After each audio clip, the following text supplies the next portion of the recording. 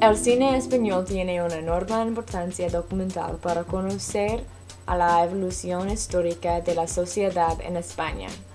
Siempre ha sido muy importante, pero después de la muerte del dictador Franco en 1975, se convirtió en algo muy reconocido por todo el mundo.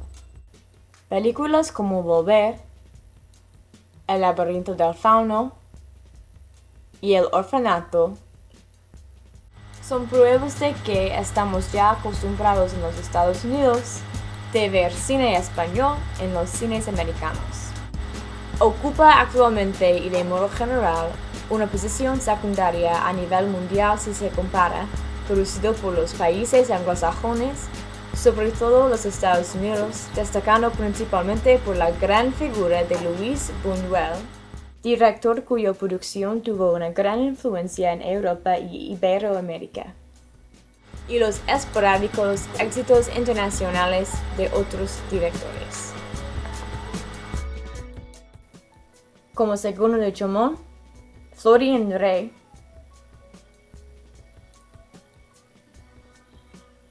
Juan Antonio Bardem,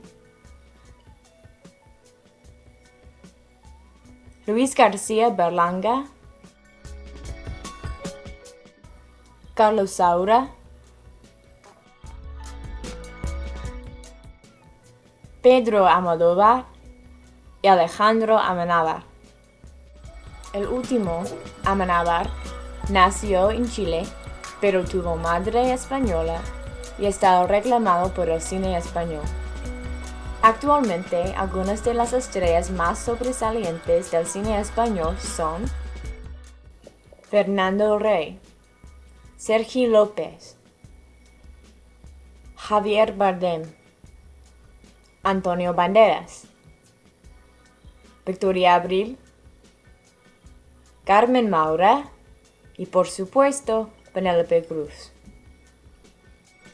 La primera película española fue Salida de la Misa de 12 de la Iglesia de Pilar de Zaragoza, rodada por Eduardo Jiménez Correas, que con su padre fueron quienes primero se hicieron con un aparato Lumière. Con esta cámara, rodaron las fiestas de Pilar en 1896 dos películas, La Salida de Misa del Pilar y Saludos, en los 2 domingos consecutivos.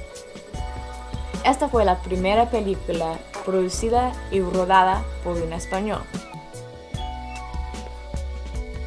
En 1914, Barcelona era el centro de la industria cinematográfica del país.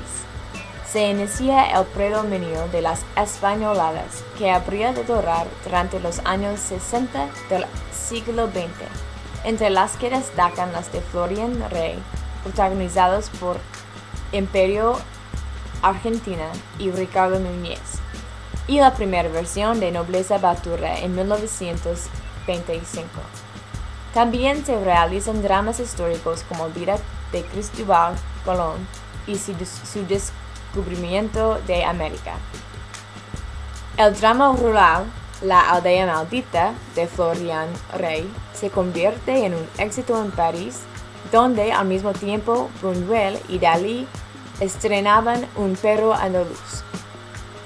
En 1928, Ernesto Jiménez Caballero y Luis Buñuel fundan en Madrid el primer cineclub.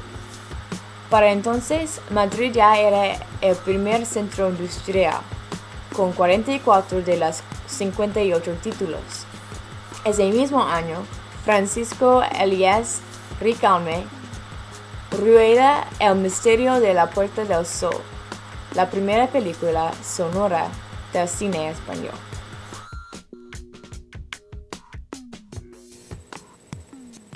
Con la llegada de producciones extranjeras con sonido, había problemas en el cine español, pero no sabían que el mayor problema sería la guerra. Desde 1936, los dos bandos empiezan a usar el cine como medio de propaganda. En el bando franquista, se crearía el Departamento Nacional de Cinematografía. Al concluir la Guerra Civil, numerosos profesionales del cine marcharían al exilio.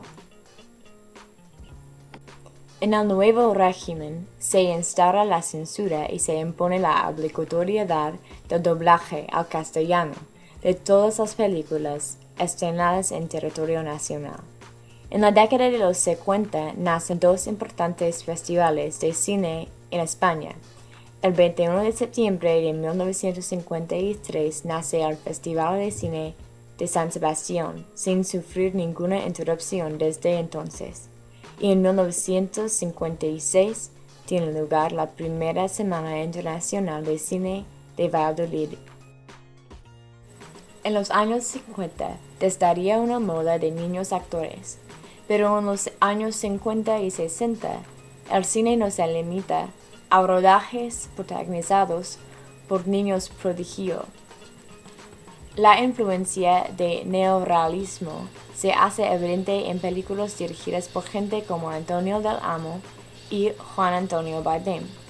En muchas de ellas interviene el que quizás sea el más importante guionista de la historia del cine español, Rafael Azcona. En las conversaciones de Salamanca, Bardem resumiría el cine de la posguerra en un manifiesto que se haría célebre por su dureza.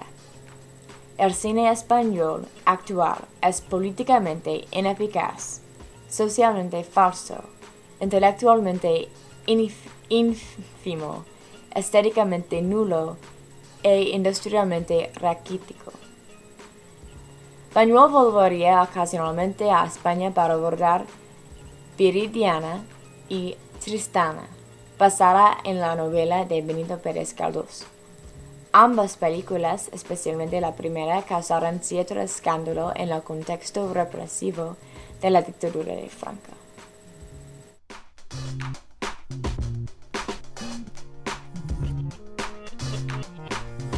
En 1962, José María García Escudero volvió a ocupar la Dirección General de Cine, impulsando las ayudas estatales y la Escuela Oficial de Cine, de la que saldría la mayoría de nuevos directores, generalmente de izquierdas y opuestos a la dictadura franquista.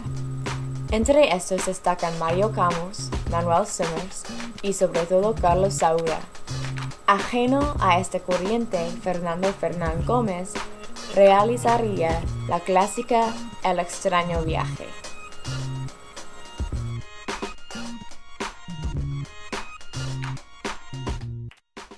Con el fin de la dictadura se suprime la censura y se permiten las manifestaciones culturales en otras lenguas españolas, además de castellano, fundándose por ejemplo en el Institut de Cinema Catalán, entre otros. En un principio triunfan los fenómenos populares del destape y el landismo. En los primeros años de la democracia se abordan temas polémicos y se revisa la historia nacional reciente en películas que, en algunos casos, tienen una innegable calidad como sucede, por ejemplo, con Canciones para después de una guerra o El espíritu de la colmena. Otros son dignas recreaciones de los años más grises de la dictadura, como ocurre con Pim Pam Pum Fuego, donde se describen las dificultades de supervivencia de los perdedores en la España más puramente franquista, o particulares visiones esperpénticas del franquismo. En esos años comienza a hablarse del llamado Nuevo Cine Vasco. También en esos años los espectadores llenan las salas para asistir a películas de la llamada comedia madrileña, representada por directores como Fernando Colomo, el clasicista Fernando Trueba, el humor negro de Alex de la Iglesia y el casposo de Santiago Segura, y sobre todo los sofisticados melodramas del personalísimo Pedro Almodóvar. Más tarde alcanzarán notoriedad Alejandro Amenábar y Julio Medem.